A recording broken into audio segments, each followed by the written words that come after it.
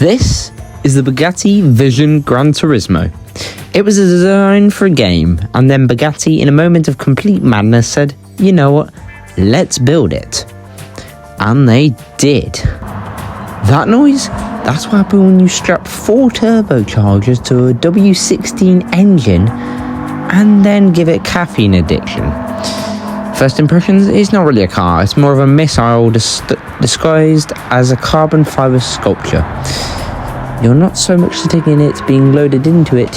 It's tight, low, everything is digital, and it smells expensive, like hot leather and fair. And then you just put your foot down. It doesn't accelerate, it launches. There's no build-up, no hesitation, just warp speed. Corners, not a problem. There's so much downforce. I think even the earth is leaning with me. It's razor sharp. Every input you make is answered instantly. You think about turning and the car has already done it. This is the kind of dashboard you'd expect to see in a fighter jet piloted by Batman. Everything is carbon backlit and probably smarter than me. So, what's it like?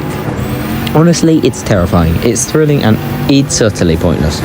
But I love it. You can't take it shopping, you can't even use it for the school run, and you can't even reverse it without needing a backup camera and 2 spotters.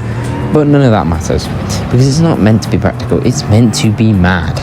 And in a world where cars are becoming quieter, safer, and frankly a bit beige, this is Bugatti reminding us of what a car can be when no one says no.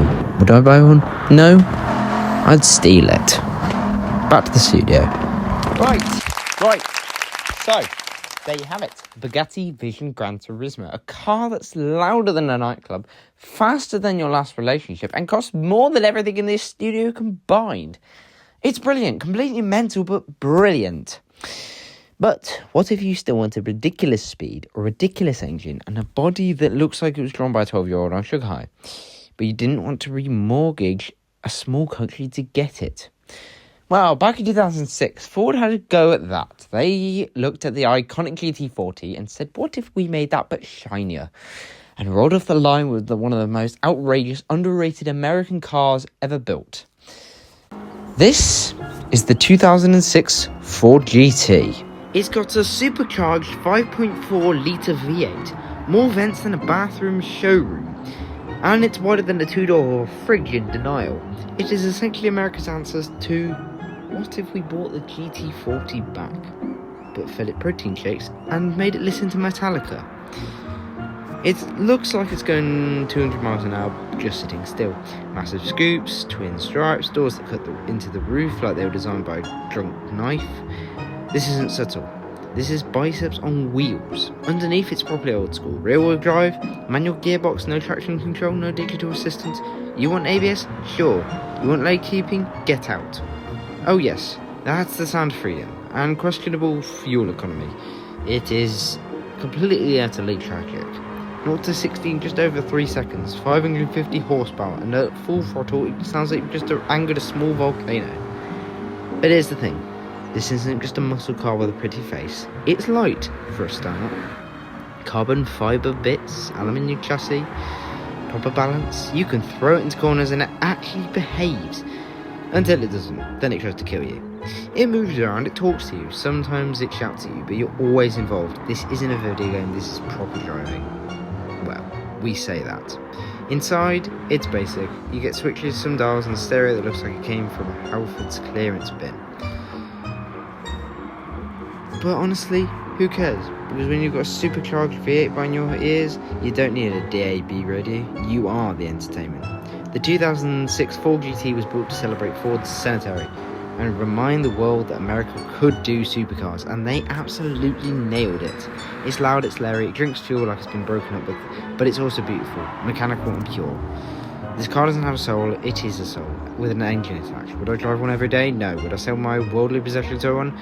Maybe, including the camera crew. Back to the studio.